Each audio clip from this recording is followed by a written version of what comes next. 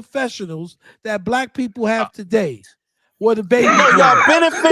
y'all benefited from affirmative action. Y'all produced You think nothing. everybody was a baby? Y'all affirmative action? benefited from affirmative action. Oh, This they is didn't go the to black college. bourgeoisie Wait, hold on, argument. They didn't brother. go to Let's college just and stop get there. degrees. This They is They the didn't black got open the up bourgeoisie Million industries. argument. Man March. They didn't open up They did industries. nothing What with it. industry have We you Rick ever done Lewis with the opened up? became the boomers. first We black billionaire. done with All the you boomers. He was do a We is boomer. done with play baby boomers. video Done. games.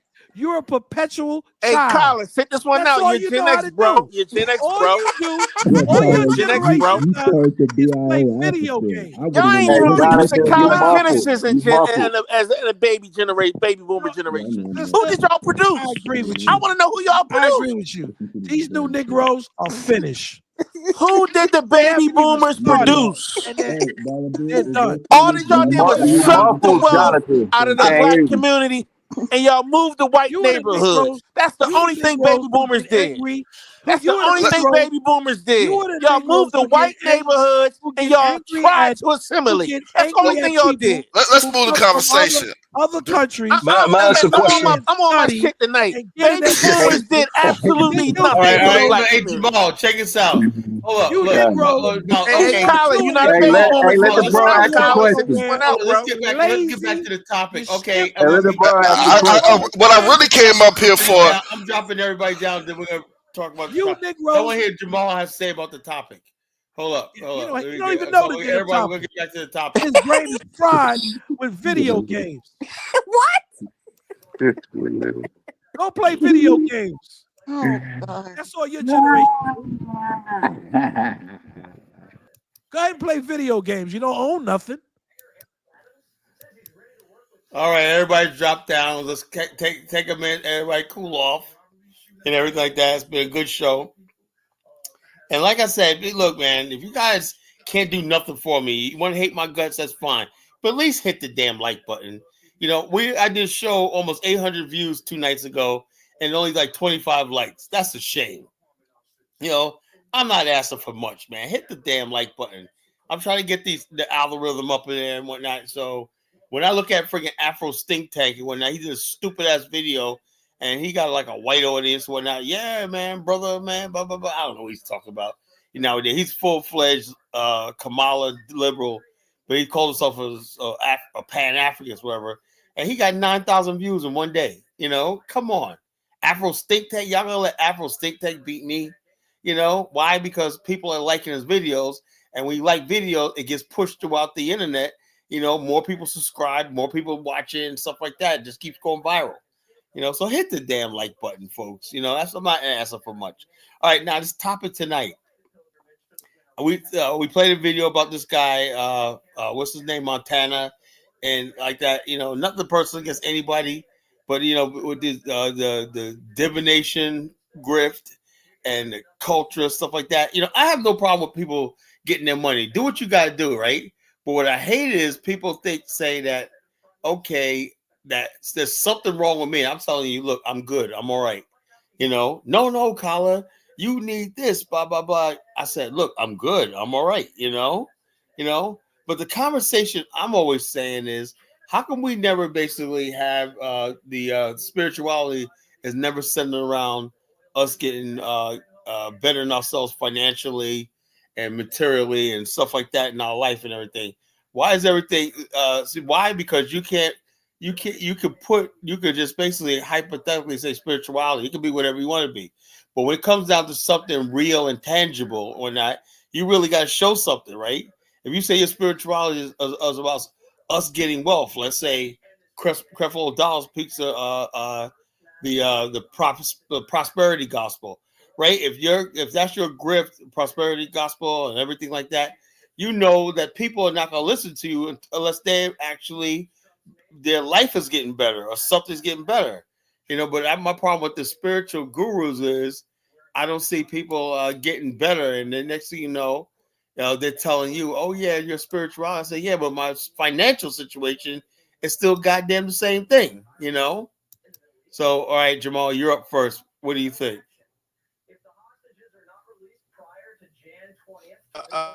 What's going on, Kyler? What's going on, brother? No, I'll talk about the spirit, the gurus, and everything like that, and the spirituality. Can you tell me what spirituality means to you, Jamal? I know you're a heathen, though. You know, you're a freaking heathen. No. Spirituality, no, it's very personal.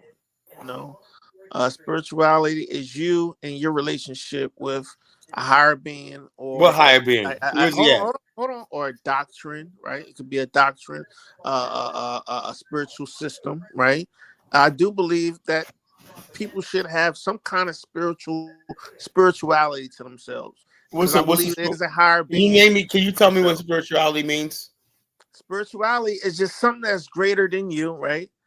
That impacts mankind, human beings, something that connects all of us, you know, that inter-spirit, right? That inter-morality that says, look, I know not to kill this man. I know to be humble, be nice to this person, right? Share, giving. That's good. I do that already. Hold on, bro. Being something other than yourself, right? Because we can be all narcissists and think inside of ourselves, but it's something So greater what you're than saying is spirituality just means being a better person, non-materialistic, and stuff like that, because everybody, look, and not having in your heart gain in your heart, because when people have gain, it's like when people look at you like you say, "Yo, man, let me talk to you about like that." First thing he's thinking, "What do you want?" Because especially in the streets, what do you got to gain? What's your angle? What's your hook? What are you trying to sell me? You know what I'm saying? some Especially people. I do sales for a living. People always ask me, "What do you get out of this?" What do you get out of this? So I'm saying what you're saying is gain, right? Which is a cornerstone. The baseness of all man is all about gain. And so, but how do you rise above that? Because I'm not convinced that that's going to disappear anytime soon. Because we're all friggin' selfish creatures in this world.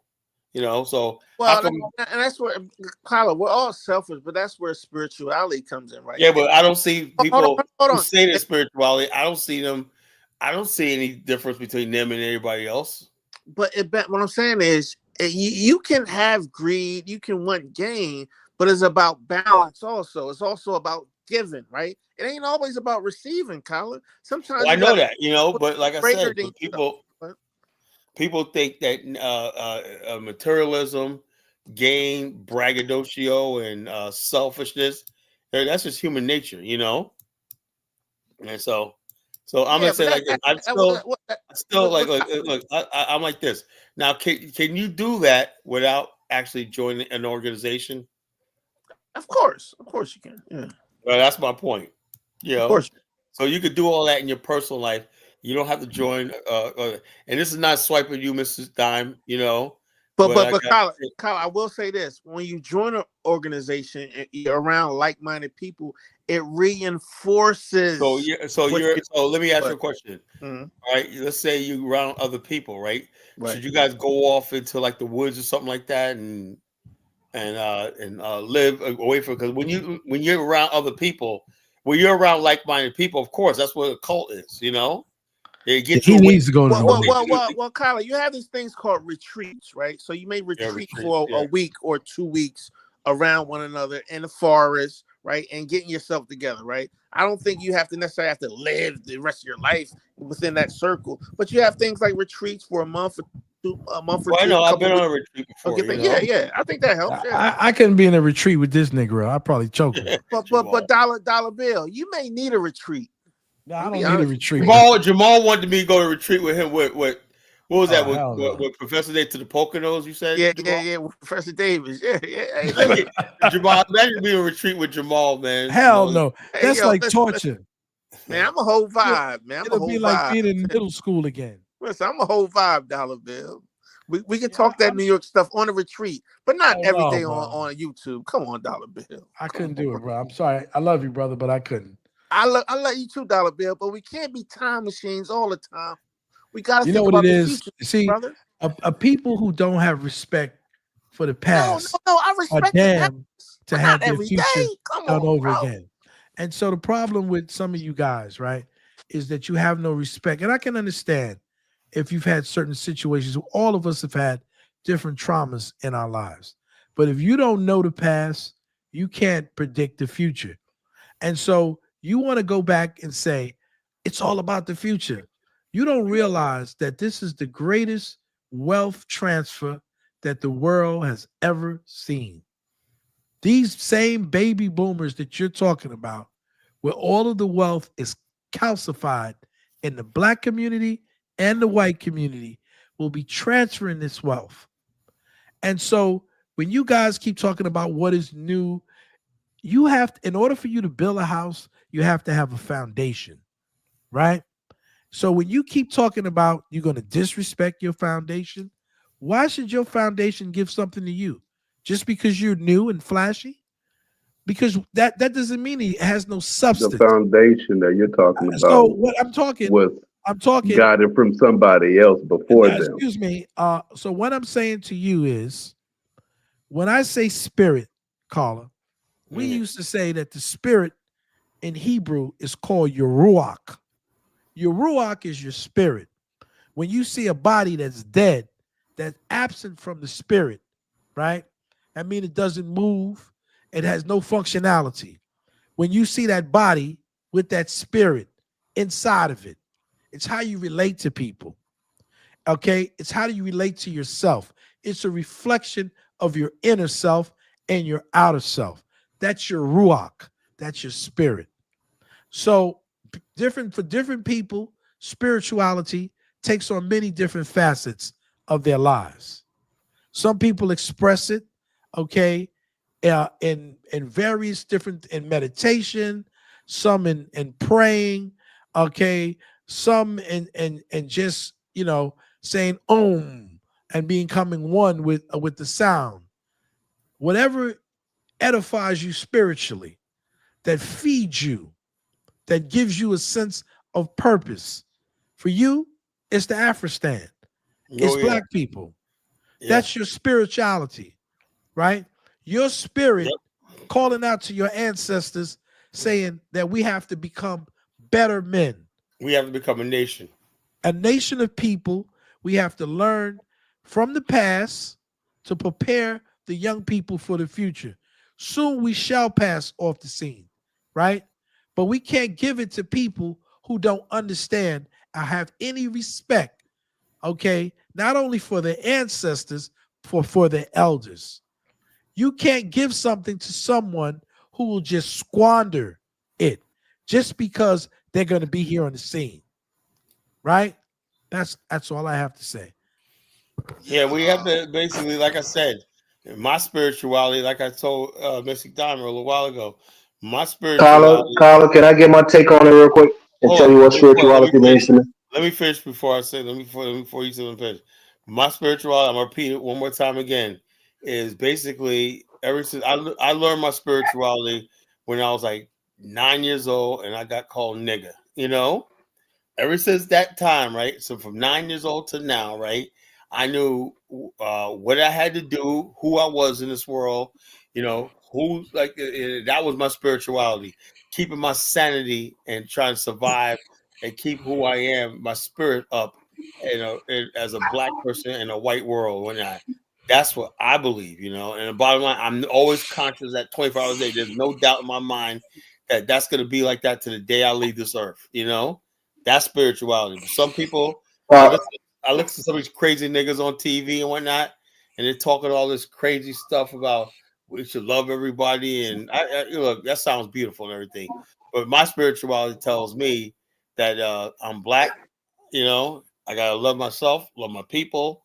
And the bottom line, like this, the closer I am to my people, build my people, the more happier, more peace I will stay. That's what gives me peace. Okay, Carla. Hey, Let me say Kyle, this. hey, No, Kyle, one second. I want to come in real quick. I'm Whoever's speaking. I'm going after you. Go ahead. Yeah, for me, Carla, first you have to recognize that you have a spirit. No matter what your religion is. Black. So I'm talking about, Carla, I'm talking about me. Let me just get my take here. My orientation is Christian. I'm a Christian, and I believe in the Bible, right? The Bible, one of the main tenets, when people wanted to know who is God, how do I worship God? And the Bible tells you have to worship God in truth and in spirit because your God is a spirit. So as a human being who has a spirit, my connection with my God has to go through my spirit. I have to worship him through my spirit. And since the spirit is not something you can see, it's a metaphysical thing, it's not something you can see the way you can see your physical body, you have to search within yourself to get connected to your spirit. And this all sounds, kind of hoodoo-ish, but as a Christian, you worship God in spirit and you connect with him through your spirit. Now, other people, like for me, my ancestors, in terms of African traditional religion, they'll go to the bush, what they call the country bush, and they'll teach you certain things. And one of the things they teach you there is to astral project your spirit from your body while you're sleeping, to go on an astral plane or a spiritual plane and interact with other spirit.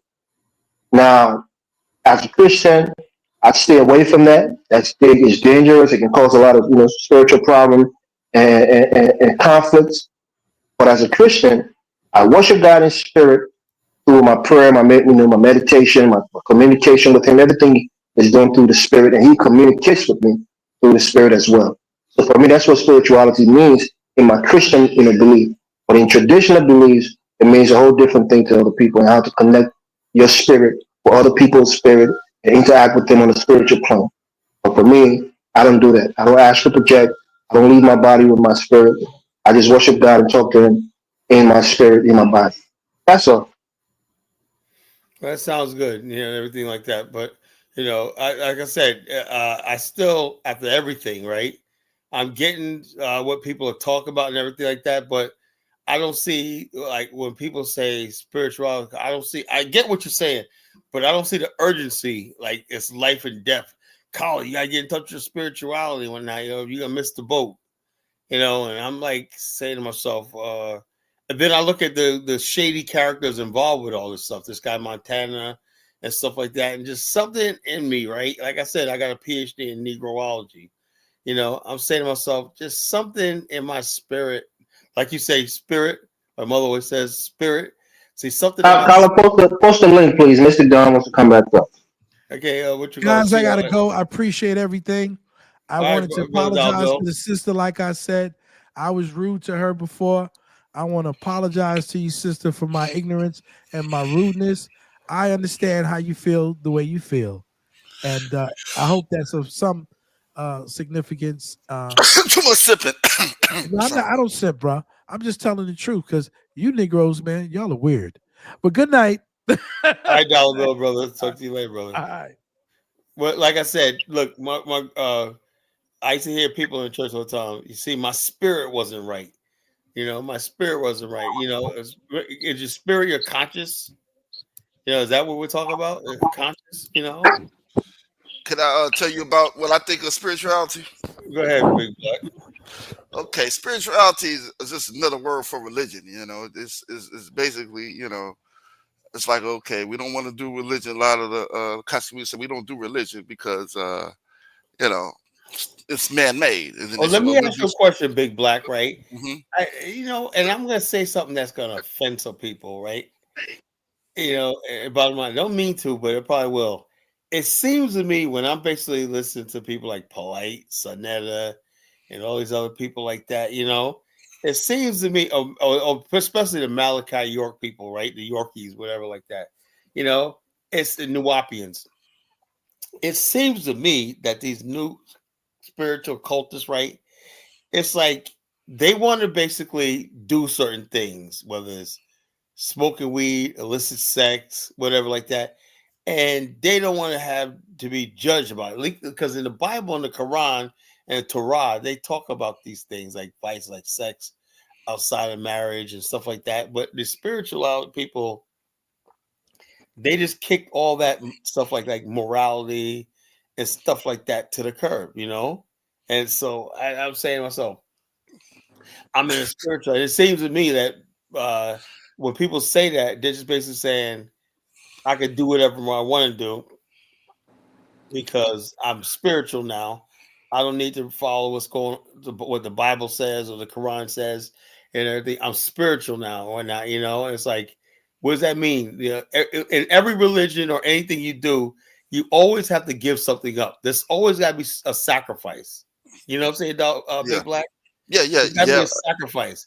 And when I hear a lot of spiritualists, they haven't sacrificed anything. Only thing they sacrifice is maybe some worldly stuff and everything like that. But for the most part, I'm seeing a lot of people, right? And they're engaged in all kinds of different activities, whether smoking, doing dope, some else doing alcohol and stuff like that. So what did you give up? What did you give up? What's the change in you? But they're spiritual. Because I'm not an atheist. Don't get me wrong, but when we talk about spirituality, it just seems like another form of religion. And to me, all of it is man-made. Um, I think, and when you in a lot of pro-black circles, and just a lot of black circles, period. As far as like, okay, we understand as far as what religion, taking on religion, and pretty much some of the falsifications in religion, right? As far as like the writings and how let's take the Bible, how it's been it's pretty much been I want to say not transformed, pretty much transformed from years to years to years, right? You got different versions of the Bible, right? And there's the original version, right? But there's also a part where they say, well, we need to get back to the religions of our ancestors and everything. But why don't they talk about that's man-made too? Someone Yeah, made these ideas. it's always. And I say when you get people get offended by this, but it's always like people always want to find something that justifies their bullshit. That's what. Carla, But I give say Mr. son. Dime a chance to tell you what she I thinks it say means. son. No, hold on, Is I'm she not here done. I'm or not can I done. go I'm before? not done. I'm not done. All right, I'm go sorry. ahead. Go I ahead. didn't mean to offend you, but I'm not done. I'm just going to end it like this. Obviously, and I'm talking about Black people worldwide. We tend to want to go back to like before slavery, before colonization, but we haven't did the homework to say, okay, how were we weakened? How are we in a weak state, enough weak state for this to happen, right? Yeah, Something that exactly. we were That's doing, what I always say. How they always Yeah. say, "Oh man, we got to get back into true." I say, look, do you understand how we got here in the first place? right? You know, So Ma- it Can I wasn't right. respond? So let me just say this. So it wasn't something that we were doing before they came here wasn't right and exact before for us to get into this situation, whether we were exactly. Yeah, colonized that's what I'm or talking in about. slavery. So we That's need what to I'm go talking May I back say and something? do. We need to go back and do Bro, that. the We need to go Israelites back. were enslaved and they believed in the God of the Bible. Arabs who were Muslim, they got enslaved, they got conquered, and Yeah, they believe in everybody the was Quran. enslaved, but the whole So your thing is, spirits, religion nobody, don't save nobody you with from the warfare or from physical harm. That's not what religion is for. God is not gonna. He's not there to save you or listen, stop any Frank, physical harm from hold on, coming to you. look, But I we're not. disagree with that. But we're not, and we're what's the not just point of talking it about then? religion. We're not just talking about religion. We need to do an inventory of Well, what we literally were doing. saying quote Period. That made Jesus us. Christ. People who was a disciple of Jesus Christ But hold met on, physical Elder. violence. Most of them was killed or murdered or hung on a cross upside down. They met physical violence, and it was very close to Christ. So I when you agree say with you, disagree, Elder. I want to hear your point, Johnny. Carla, May I say if something? you ever look back at history, we just talk about African Americans only. The closer we tried to get to Africa, the more we tried to embrace African spirituality, the less effective we became. You speak Those for Also, people that got yourself. everything You, done back in the Jonathan, day were either you Christian speak or for yourself. Muslim, nothing else. And now we got the African spirituality. We got And the we're Dr. going Umar backwards. hold Johnson's on, hold trying on, to hold on, lead hold on, us. hold on, hold on. Even the Nation of Islam is more Africanized than the Islam of the Arabs. So you speaking Stop for it. the black church is more Stop it. Africanized than the And westernized white the church. Islam So that you the have to Nation have of some Islam variation of preaches is tradition. not the Islam that they preach in Africa. It's Again, not the but it's not. same. It's an Africanized variation of Islam. It's not even the No, it's Islam an they preach in African Africa is a American. variation It's an of. It's African African American variation Americanized. of Islam. So hold 100%. on, but Only in the Nation of Islam where they teach about Jesus Christ overwhelmingly. And they got a guy, okay, and a guy from Saudi Arabia that was named Ford, right? That changed it to Farad and finessed the whole group of people, saying he was God in person and whatnot. This guy had an FBI file and some everything was a criminal, a petty criminal, and whatnot. And he became the friggin' God in person of a thing. Please, man, Prince, man, stop, man. We So like I can said, I? But yeah, not too much on Nation of Islam because all parts of the world have their specific Islam to their region. So not too much on Nation of no, Islam. I'm I not saying was. it's a negative thing. I'm just Guys, saying that y'all gotta give Mystic Dime a chance to she just joined respond. the panel though. She just joined the panel though. But you're talking about you I me, know, was she so was I want an No, she opportunity was to on, but she all right. respond. dropped Go ahead, off. go She ahead. just came back. Because you're talking to you, because it's like you cannot have a conversation about something that I'm actively engaged in and I find value in and not allow me to respond to what you're saying. Now Go ahead, go all ahead. now all I'm saying again for the 80th time, you can either, you know what it is. You're entitled to your opinion. You can believe whatever you want to believe. I am not here again to convert or evangelize. That's not my mission. You can believe whatever you want to believe. All I am saying is for me and for a lot of African Americans, they find no fault and knowing the history of Christendom and Christianity, that it was by force that our ancestors took in Christianity, by force of the gun and the No, it's sword. FTA, but FTA. Again, Oh, well. Kala, that's in Catholic history. That's in church Yeah, history. FTA. Everything that works is FTA, foot to ass. You know. Anyway, through death, by force and threat of Well, death, I a second lot that. of people, brown people, Indians, Africans, all over, converted to Christianity. So now, as a descendant of those people, I have the right to go back and see what was taken from me by force. And what I want to integrate is my right. What I choose not to integrate is my right. Damn, have some respect. Yeah, you guys, sister. Why is this so difficult? Let me ask Why you a is question, the I mean, sister. Right. respect so difficult? Well, what I'm I, saying, sister, is this. So, like I said, I respect your right to do that. You Right. don't, Carla, because you, at the end of the day, it's about subjugation of my thought. You want, it's like you will not allow Look, space. so Mr. Don, man, I think you're a You're lovely taking it sister on personal. that. And I'm trying to look. I'm trying. I feel. Hey, look, my job is a paternalistic, Don't take it You're trying to personal. make people that patriarch. make those It's kind of people my feel natural stupid. instinct is to protect you. You know. You are trying to make So, me feel may I ask a stupid, question? and May I those ask a that follow my question to path feel both stupid, and parties? we're not. May I ask a question to both parties? Because, Carla, where would you be without Pan Africanism, the Black Church, the Nation of Islam? Where would you be? Because these guys implemented certain elements of healing, traditional African history, culture, etc. And to Yeah, Mr. Dom, look. When I was young, right? I mean, I'll be honest with you, right? Minister Farrakhan came at the right time when I was at that age where I could have went bad, you know. But I heard the words of Minister Farrakhan. I used to read the Final Call and stuff like that. And I went to several Black Power churches. I got into the Pan African movement in my early 20s and whatnot, and I stayed on the right path. I get that, you know. But I know at a certain age, by the time I got in my 30s, I realized I didn't need to listen to these people anymore because I got it now. I'm a man. You know, so I stopped listening to, I stopped going to church. I stopped doing all that stuff like that. You know, all that stuff that I grew up in that gave me guidance and everything. Now I'm at the point where, I think I got it now, but did Okay. you stop? Did you stop praying? I pray, but I don't go to church. I don't attend church. So can I ask you another? Do you think there's a lesson to be learned from what happened during slavery that you Yeah, don't let have it happen understood? again. Don't let it happen again. I want to address another thing that you said, sir, a minute ago as well. I don't want to let the second thing that you said go to waste. When you made the point about why go back into African spiritual traditions, because obviously the results we have today are so disastrous, right? I get that. That's a very common thing that is talked about in spiritual communities. And what I will say is this, and I've said this before yesterday.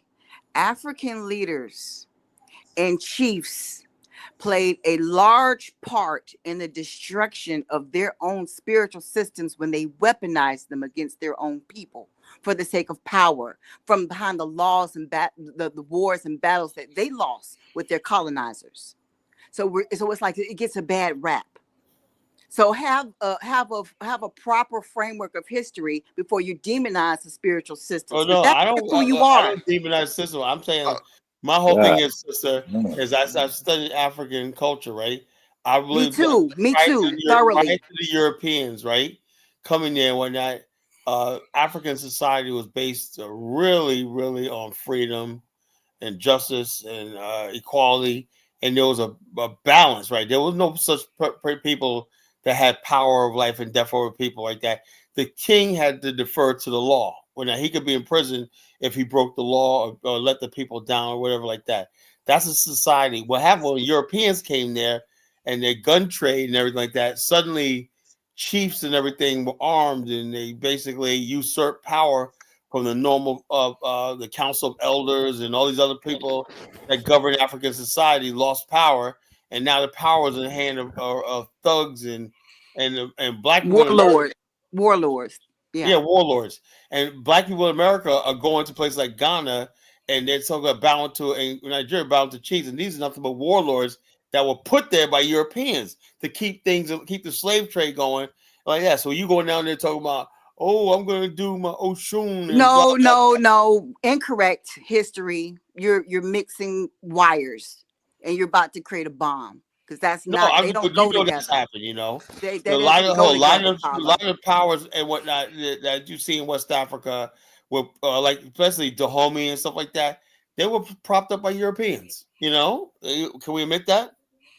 Yes. Yeah, so what I'm trying to explain to you that the spirituality that is shared and taught today is based off of the actual spiritual science outside of the realms of history. Does that make sense? No, it doesn't. Let me respond to some of that. But my whole thing is because people are going to worship what they want to worship, right? People are going to practice what they want to practice. My frame of thought is, for the most part, the priority should have been science, right? We should have been prepared for that particular attack, because that was just a little attack. It was a lot of conspiring on us. Colonization happened. You had the slave trade, or we got the trade was one thing, right? Big colonization was another thing. Two different. Slave trade is what really destroyed Africa. The Atlantic slave trade. From 1600 to 200, almost 300 years of destruction and wars, altered West African history forever, While that time period, Europe was growing.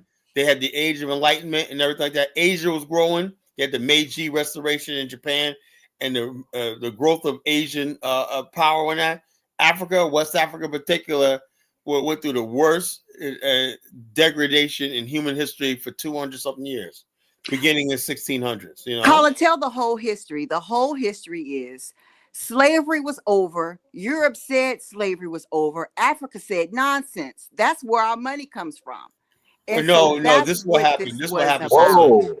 Slavery in Africa, right? That was the way that they make money. They couldn't give it if they wanted to. Lesson. This is what happened, right? This is what happened. Unfortunately, Africa, although we had places like Timbuktu and Djenné that had like this, African society, for the most part, the coastal region didn't have really an education system like they did in like Timbuktu and places like that. So what happened was when other people, right, when the Persians came to Greece, right, the Greeks had maps and everything. They knew about the Persians. So they was able to gather the Greek city-states and say, look, we got a greater threat. Let's stop fighting with each other, the Spartans, the Athenians, and we got the Thracians. Let's form an alliance to fight against the Persians, right? Same thing happened with the Mongols, right?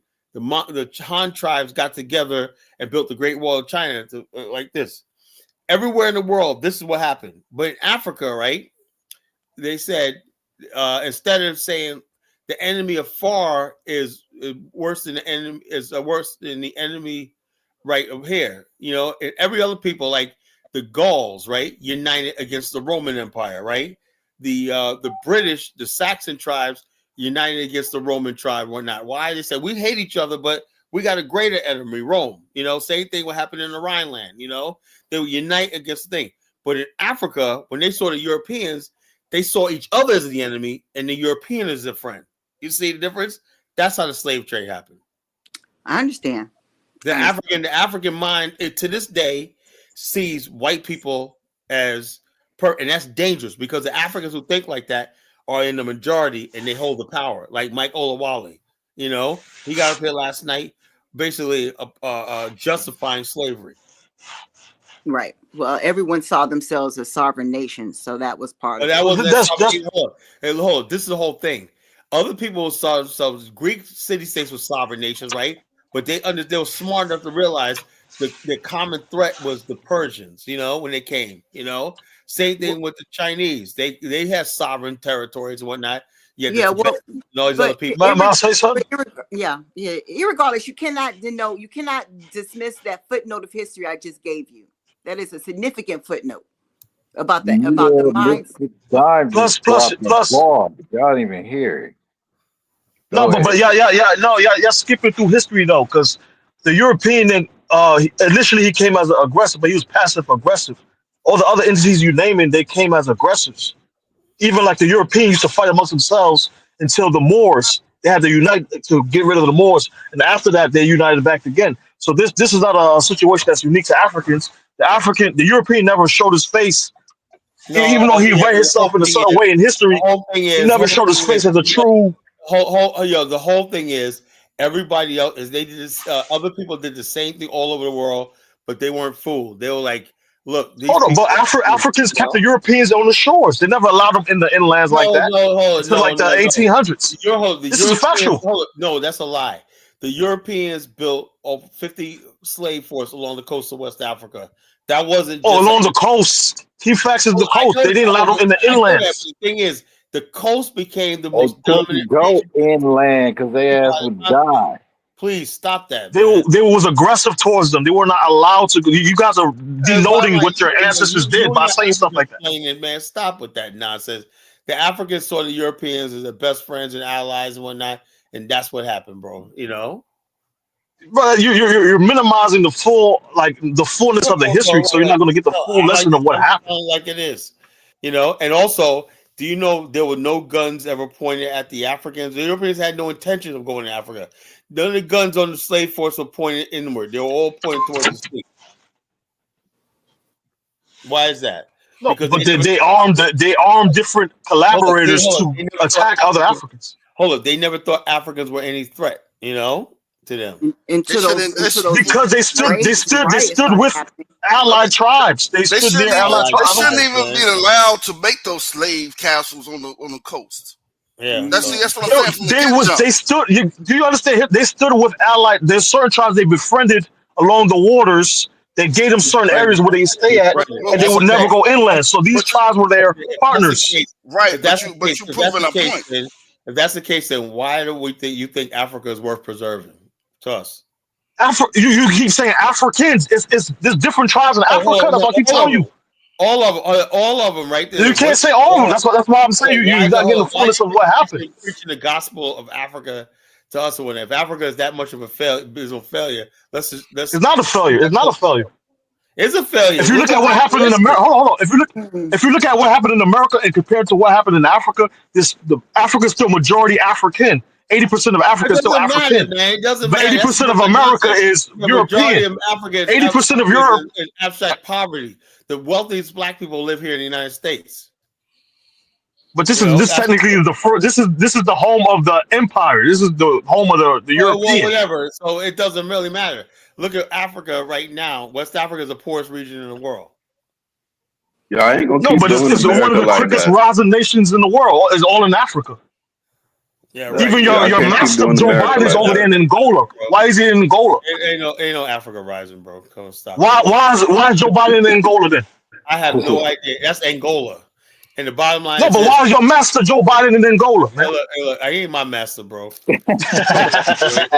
You're a hater. You can't dismiss no. Look, I don't give a flying fuck about Joe Biden. You know, I don't give a fuck about it. No, but he's there for a reason. I'm not saying I just clowning when I say he's a man. But I'm trying to say he's there for a reason. You guys want to dismiss Africa like nothing. Africans fault. Africans. He got 2 months left in office, so he's going everywhere. He's public. The government's paying for all his trips. Why wouldn't I go? I would go to Africa too. Yeah, all I'm saying though is that we need to spend more, time with developing science and technology than spirituality. We could have fought that off. You know what I mean? If we spent a lot more time in science and technology, they wouldn't even been able to build on our coastline. We didn't even think it was necessary to build guns. You know. Well, yeah, can I just say this? When I didn't really get to finish my point all the way. When I say they turn the spiritual sciences on against the people, that scared the people to death to keep them within order, to stay in the village and the tribe, to stay as a nation for what it was, tattered as it was after colonization. And so from there, Christianity had an easy end. You're getting oppressed and abused by your native traditions and spirits. Christianity is the freedom that you're seeking. And then from there, the mental brainwash came. You hate yourself. You hate your people. You hate your village. And it's been going on and on and on till today. But don't you know when you say that though, not to cut you off, but when you say that though, you proving a point. Why would That's what I was gonna say. You proving Kyle's point. why would you put the spiritual science on the people to put them in check? You know what I mean? Something that's supposed to The be, spiritual sciences were held by the priests and the chief class. The regular villagers didn't really hold spiritual science like that. They were devotees, but they didn't hold the spiritual science. That was weaponized against them to keep them in line, to keep them scared, keep them fearful. And so And the same Christianity thing. seemed like a Hold on. reprieve. Can I add something to that too? The same thing happened in Christianity. That's why Martin Luther became a person, because the Catholic Church was hiding information and using it to control the masses of Europeans. So Exactly. these things happen. At the end of the day, we demonize ourselves. We demonize our spiritual culture. We basically want to rebuke it and say it's no good. But Washington D.C. is built off of Dogon knowledge. Y'all don't even know that. It's built off of Dogon knowledge. Benjamin Banneker is a Dogon descendant.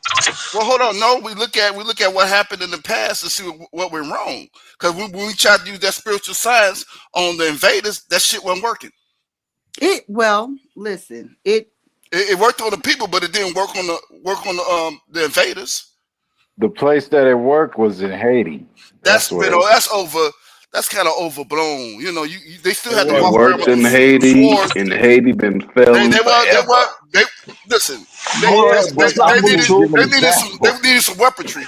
I didn't say they weren't walking around with just. The spiritual didn't work in Haiti. The numbers worked in Haiti. They weren't walking around. They weren't walking around weaponless with spiritual science. They was using their voodoo to get them amped Bro, up. they use axes. Right. And they didn't use no damn voodoo. But that's just like Nat when Turner. Nat Turner had the revolution, one of the strongest had the rebellion, he didn't grab no damn spirituality. He said, Jesus said, kill these niggas. It's part of and then he started slagging them. It's too much romanticism with this spiritual science stuff, man. You gotta stop the spiritual stuff. It's too much romanticism. Somebody said something in the comment that is very profound. And I've said it on Dinah's platform, and I'll say it here again. Real power is in military. The ability to defend yourself with guns and highly technical weapons, that's the real thing.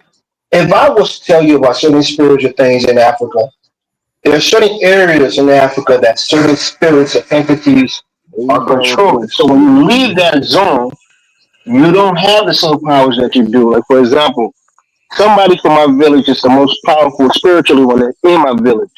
Once they're down and their physical body is in there, that entity that they're connected to is that's when they become most powerful.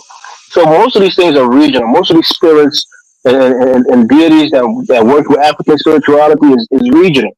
Correct. It's based on certain region. Correct. So once you leave that area, you're not as powerful. But my point here is, let's unite and build a military across the entire continent and diaspora. Build an actual military with the same kind of guns and the same kind of weaponry to fight these people on a spiritual plane. Spirituality is mostly that, spiritual. If you're fighting them in the spiritual war, you probably win as Africans. Or we're fighting a physical war.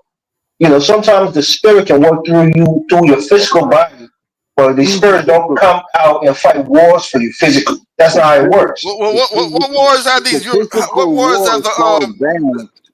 wars have the European countries been fighting? They've been fighting spiritual wars during their conquest. The Europeans have their own spiritual beliefs. You don't think they have their spiritual beliefs? Exactly. Thank you, Elvis. They have their own spiritual beliefs. The Masons is one of the keepers of their spiritual European beliefs. You guys are using spirits to fight a physical war. That's not how it works. I mean, what I'm saying is, when they're measuring stuff in millimeters and centimeters, right? When you're talking about bullets and guns and getting the circumference of the barrel and the radius, that wasn't done with spirituality. No, what I'm telling you, Africans were spiritually endowed, but we have to be physically endowed, and that's to build up our militaries. That's to do the physical sciences and things like that. That's the point I'm making. Not only that, the contracts that the European made people sign is a mystic element. A lot of people don't understand is a mystic element. A lot of people overlook that contracts or it's like saying when like 5% say your word is your bond.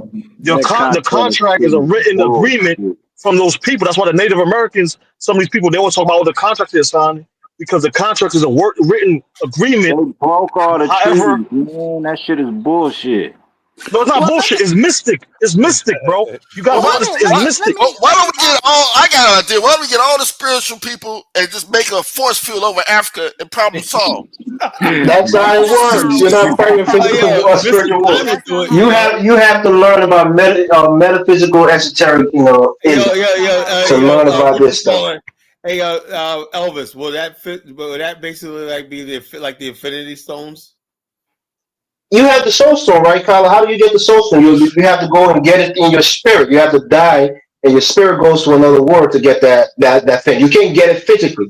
It's not something that you can get Yeah, the physically. Soul Stone. Yeah. So there's certain things you can do physically, and you Yeah, can't that's what do it's based on. But spiritually. what I'm saying is, what kind of powers, man? I want real powers. So Kyla, I always want to be a tell me, superhero, why man. did Hitler feel the need to go on occultic expeditions during the war? Who knows? Yeah, Mysticism didn't matter. Why was he yeah. obsessed with it to win the war? The spear If of it didn't destiny matter.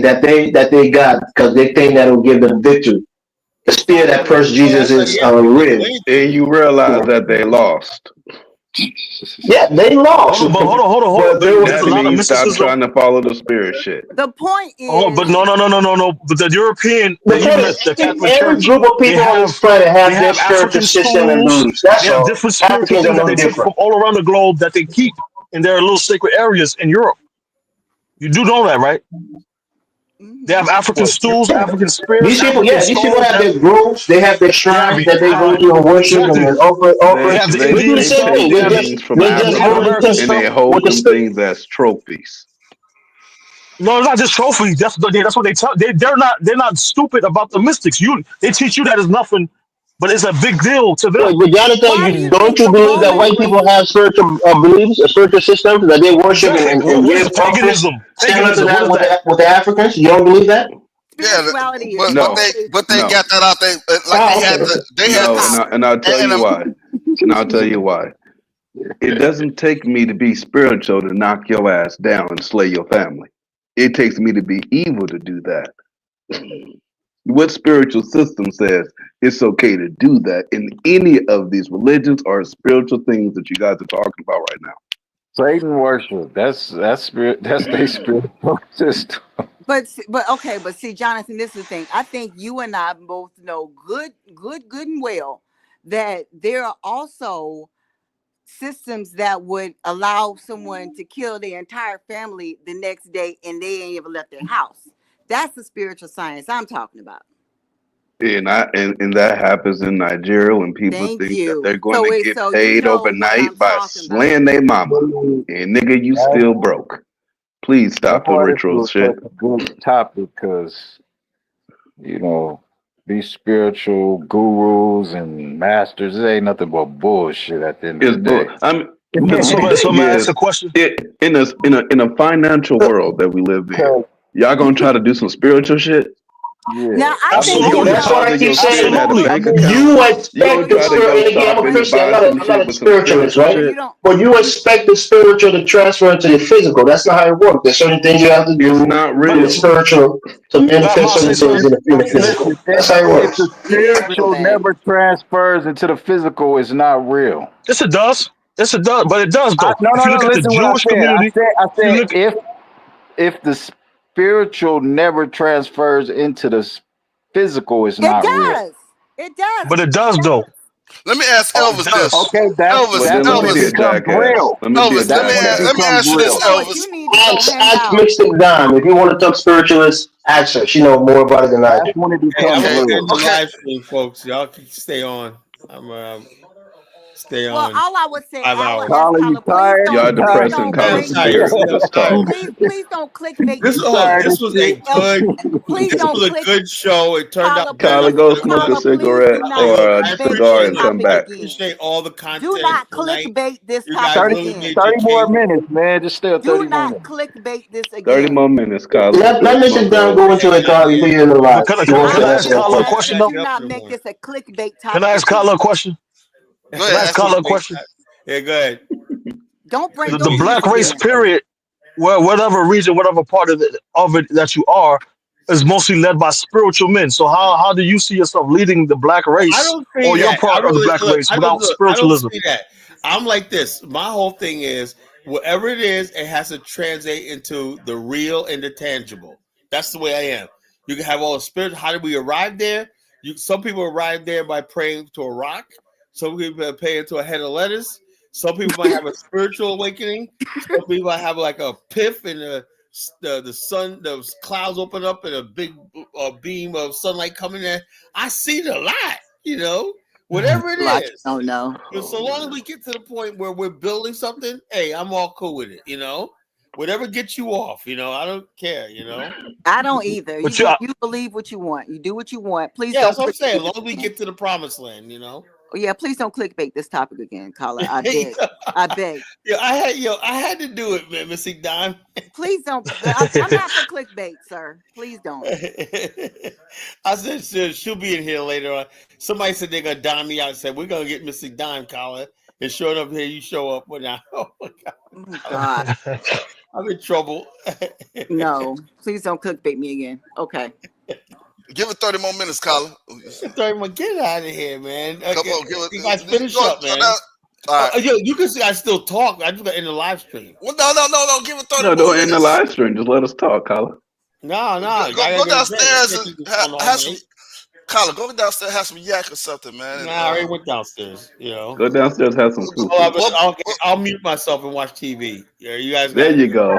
Yeah, don't end the live though. And I'll mute y'all niggas too because I don't want to hear what y'all gotta say. You gotta get your last finishing comments on the topic.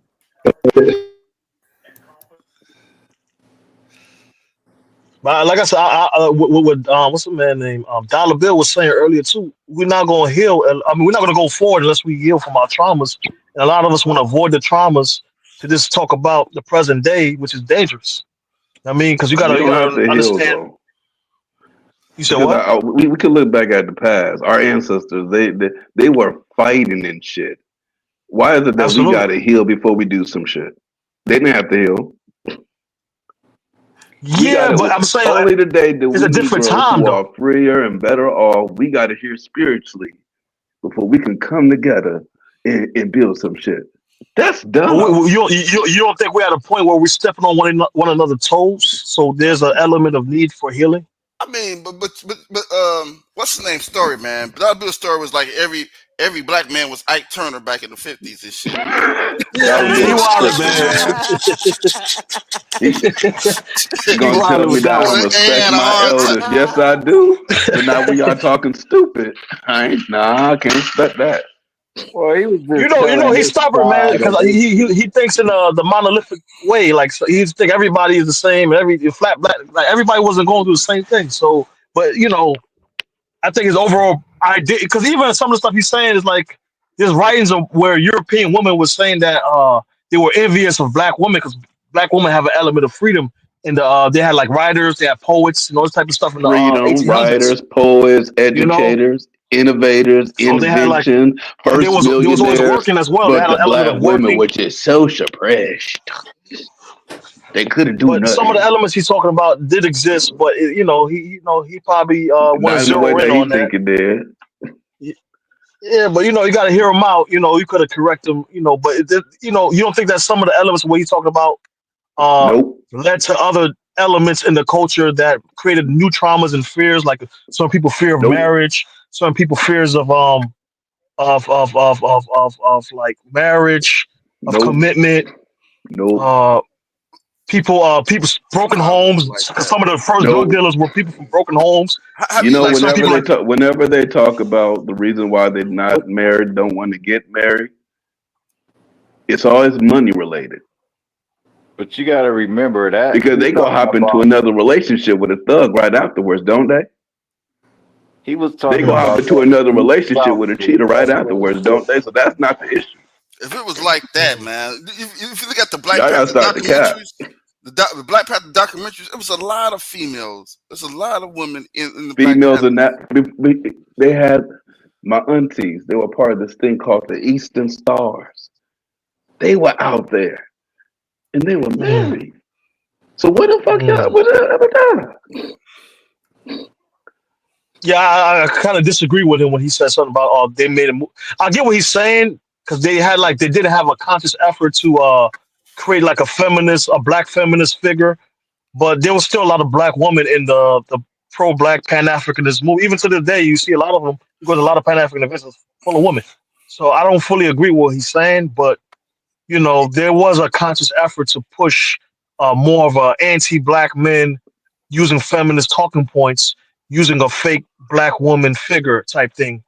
There was a So And lot he's that of was not it. fully there was a And lying. lot in of women all of in the those films, they projected the black woman as every stereotype that they have given them.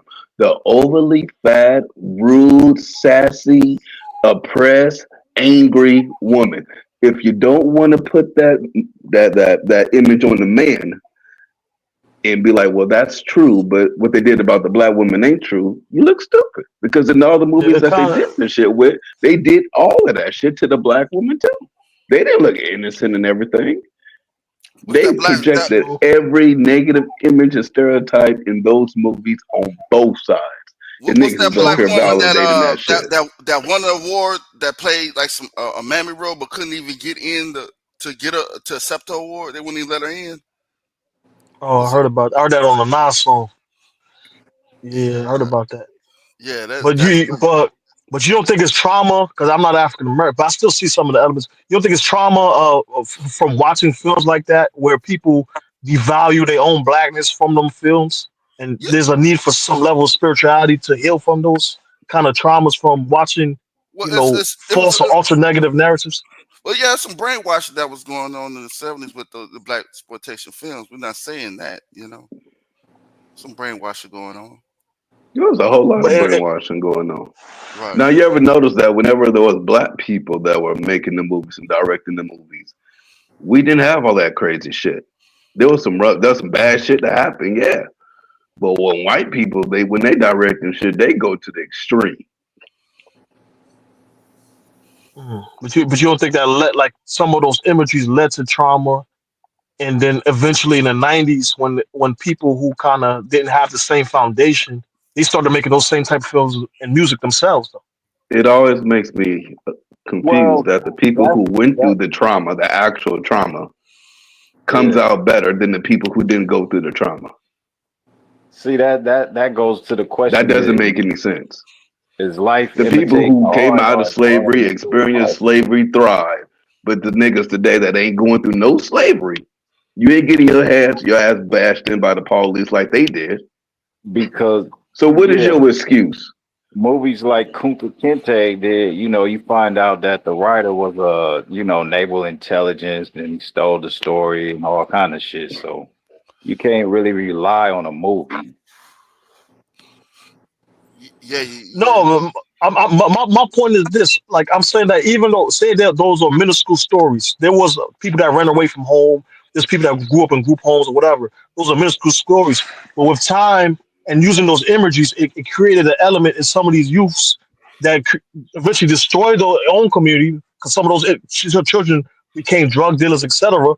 You right, and they became the cool, while there's people from middle class and structural homes emulating and copying somebody from a dysfunctional home. Those are all traumas that we kind of want to glance over, but those is what played out. You know what I mean? There was a point in time where the person who didn't have a family was kind of looked at as, okay, that's bad. But then it became a cool thing to not have a family. It became a cool thing to run the streets. It became a cool. You see what I'm saying? The European utilized the media to make what was yeah. once Well, shunned upon cool. it wasn't cool. A lot of things happened. And it wasn't cool, but you had as far as like let's see, public aid when the men had to not be in the house for the women to get public aid. You had the crack epidemic.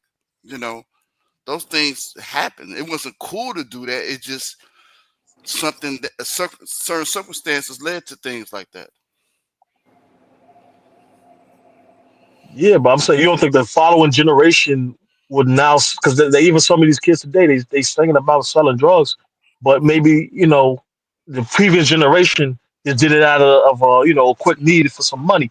But I'm saying with time it creates a norm of doing drugs and selling drugs for people who once upon a time didn't view that as like a structural positive thing.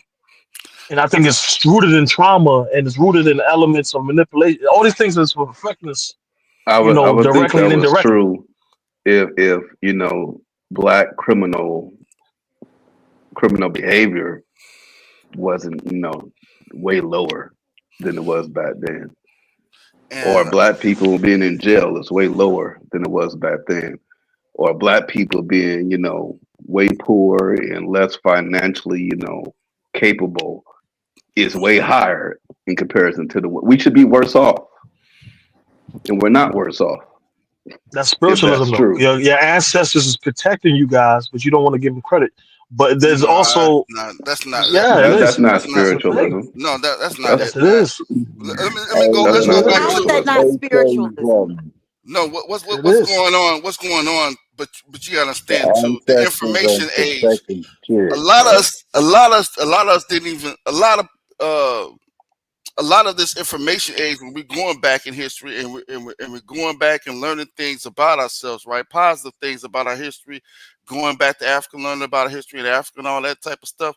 You know, that gets talked in passing times too, even off the internet. So there's been a big push in, like, let's say, even though, yeah, you have a lot of you hear a lot of gangster rap and the bling bling, this and that, but you do have a push also of this quote unquote conscious era stuff that's even spilling on the streets when people start to, I guess, be a little bit more mature and understand, hey, some of these things, man, that's not the way to go. So you have that type of effect too. Now, going back to hip hop, right?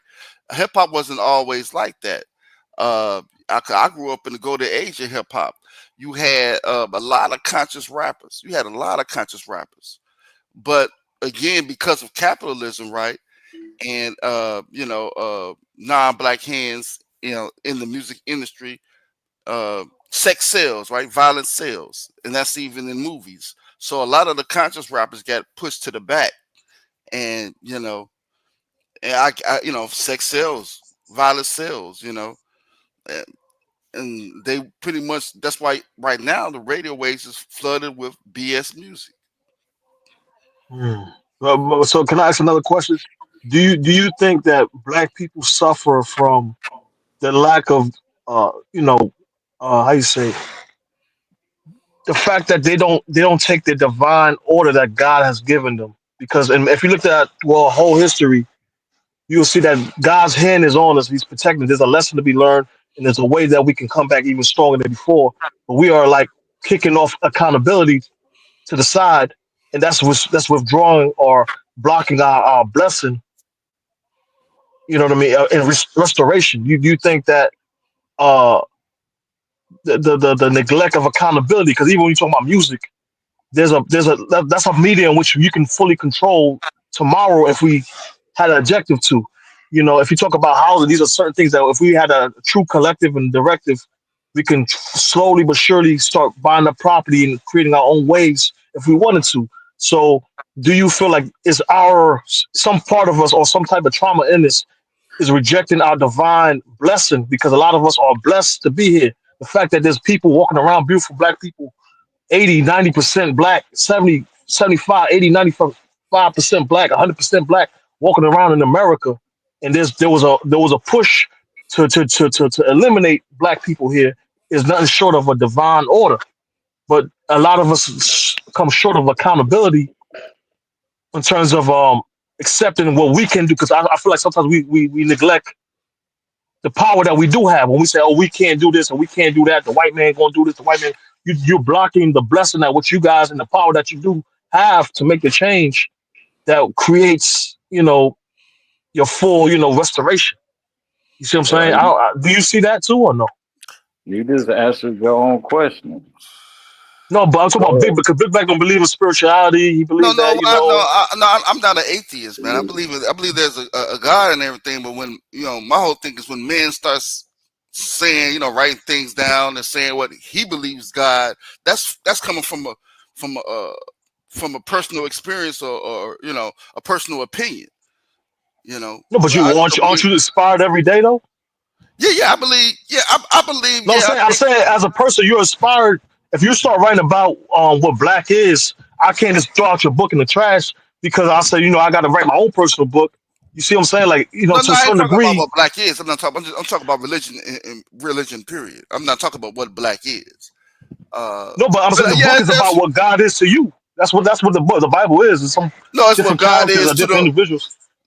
It's what God is to the individual authors of the books of the Bible, and True. it's not just regulated to the Bible. Anything man made, it's that man's opinion. No, but you could write about truth to a certain degree. So is Yeah, truth a lie there's some because you truth. wrote it There's some down and the person wrote it? I would say there's some truth in pretty much all of it. There's some truth, but to say 100% truth, I would dare to say that. Mm. But yeah, I do believe that uh, uh, uh, there's some blessings to be had.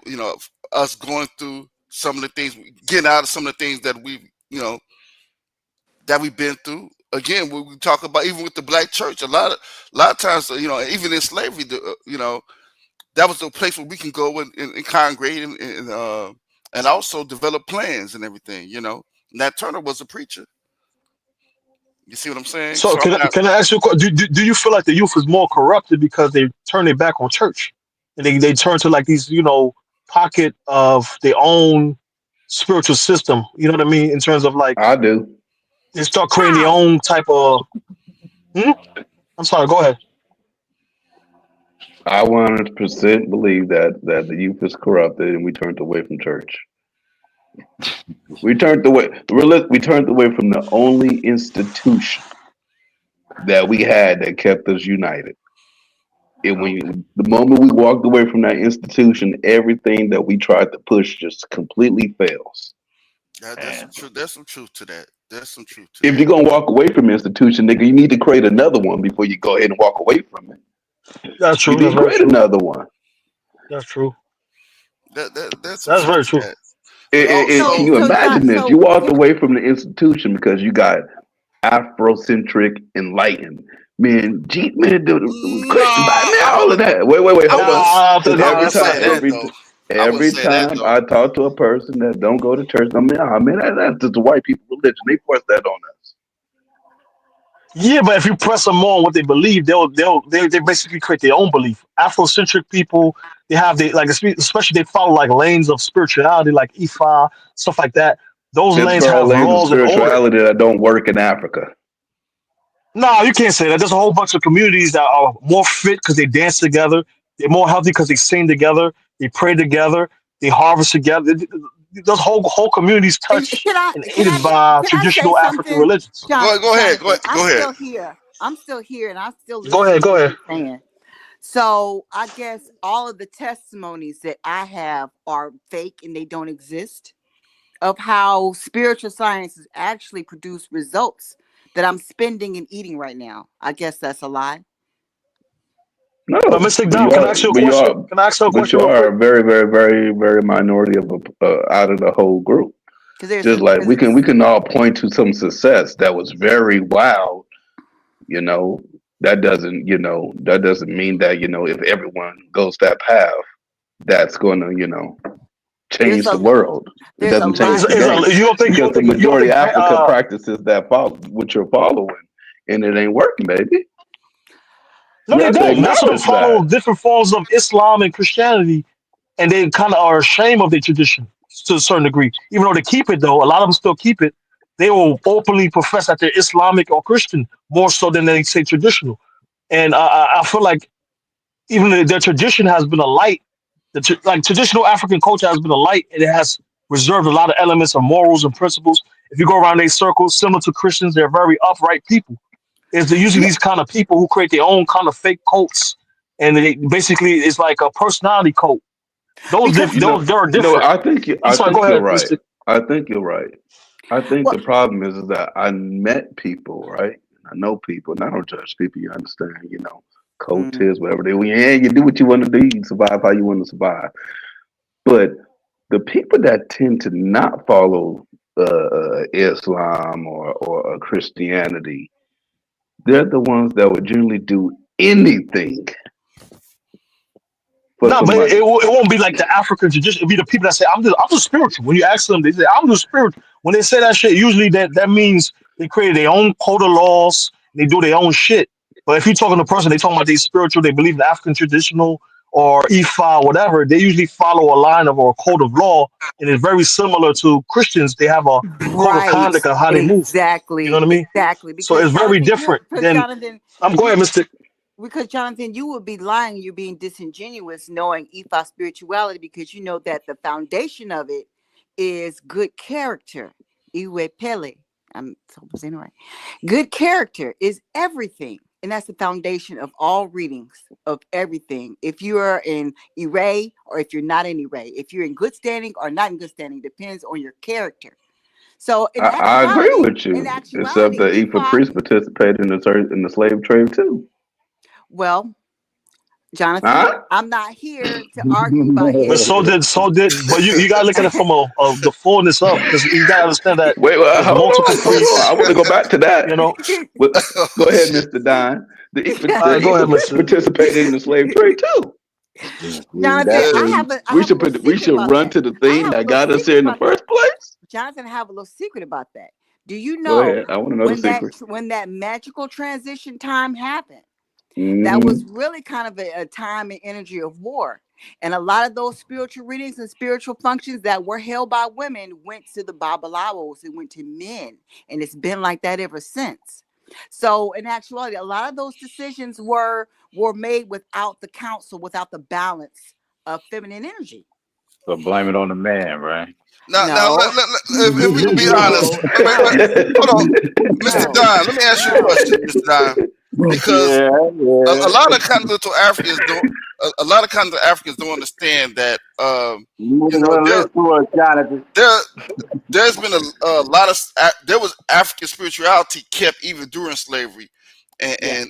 and people and right to this day, there's some people that don't have anything to do with Pan Africanism, don't care about Africa, but know just as much as almost just as much as the people in Africa because they've been getting it passed down from their grandmother to their mother. You see Yeah. what I'm saying? Yeah. A Yeah. lot That's true. now. A lot of times the people that have that, a lot of it's used for negativity. Would you say? I say it's about 50-50, especially in today's time. Yeah, it's about 50-50. Jonathan, to your point, real quick, right? If you study EFI, and I'm not an initiate of EFI or anything, you would know that there's nothing in the corpus that says that you should sell other African people in slavery. So it's not the doctrine or the system of beliefs that is doing it. It's just a bad person, a flawed human being who also happened to be a priest of that spiritual system who was engaged in slavery. So just how you people will say, oh, the white man sold you guys in slavery, and some people perverted the Bible and said that we were Hamites and thereby we were supposed to be sold into slavery, but that's not what the Bible said.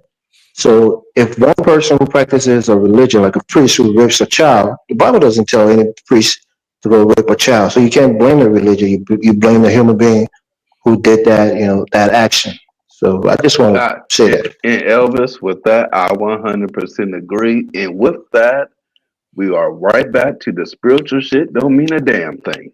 How you figure, Jonathan? How you figure?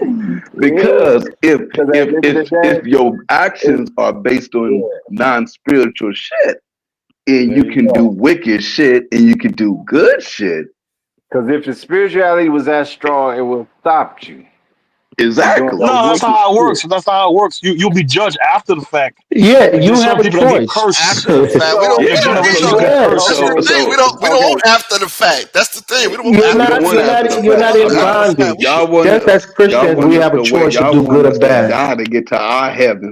See, Nigga. I knew he was We gonna want say that. heaven on Oh, earth. we And have. I No, want no, to no, say, no. I knew somebody was gonna say that shit. Oh, we have free will to do what we want. No, you don't. No, you don't. You don't No, have you, free you, will. you, Why what do you why do do you say because you you're don't gonna get have free judged will? after the fact. There's something called judgment. So you're gonna get Because judged after the fact. We're gonna be judged So you regardless. can We you can want kill heaven on somebody. earth. What about the victims though? God damn. We just gotta wait for Judgment Day and shit. Hey, Bro, No, bro, but it's they like want us to even get our milk Christians, and right? honey in heaven, but we can go walk to the store right now and go buy it. But they want us to wait. We ain't doing that no more. Even diehard Christians who believe in Christ with all their hearts, pay their tithes, do everything. Some of them are judgment. really poor. They're not prospering, but they still believe. So just believing in a religion or a spiritual system does not mean you're going to see results on everything. Especially Exactly. for people who are Christians. There's a lot of poor Christians. There are a Now, lot of people so now who we have going poor back to the health. point that Jonathan said. It don't mean a damn thing. You pay Exactly. No, attention. So this with is that this being is the a case, Hold personal on. let's focus Can thing, I on say the something? non-spiritual things right? And in our that's what I'm saying. in our public life, and you can do your spiritual Right shit in your private life. And in your private